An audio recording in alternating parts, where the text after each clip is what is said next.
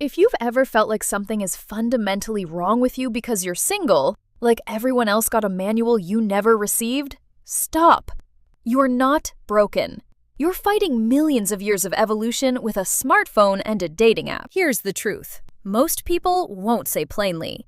Humans literally evolved to pair up. Our ancestors who formed strong bonds survived. Those who didn't, they got eaten. Your brain still operates on that ancient software.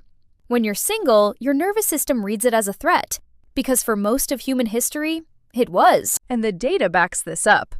A Harvard study spanning 80 years found that loneliness is as damaging to your health as smoking 15 cigarettes a day.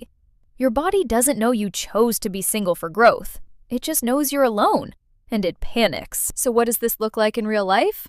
Here are 3 signs that your brain is struggling with singlehood, even if you're handling it beautifully on the outside. First, hypervigilance. You notice couples everywhere, not because you're obsessed, but because your brain is scanning for what it perceives you lack. It's the same reason you suddenly see your car model everywhere after buying it. Second, rumination spirals. You replay past relationships or imagine future ones obsessively. Dr. Guy Winch calls this emotional bleeding. Your mind trying to solve a problem it can't think its way out of. Third, and this one's sneaky, internalized shame. You start believing the narrative that something must be wrong with you. But here's what's actually true.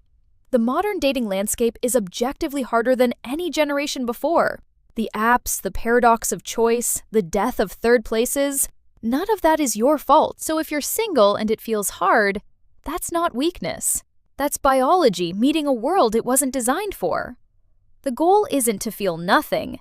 It's to stop blaming yourself for feeling everything. Quick recap. You're wired for connection. That's evolution, not desperation. Loneliness hits your body hard. And the 3 signs? Hypervigilance, rumination, and shame. Recognize them. Don't become them. Next time that voice tells you something's wrong with you, remind it. You're not crazy. You're human.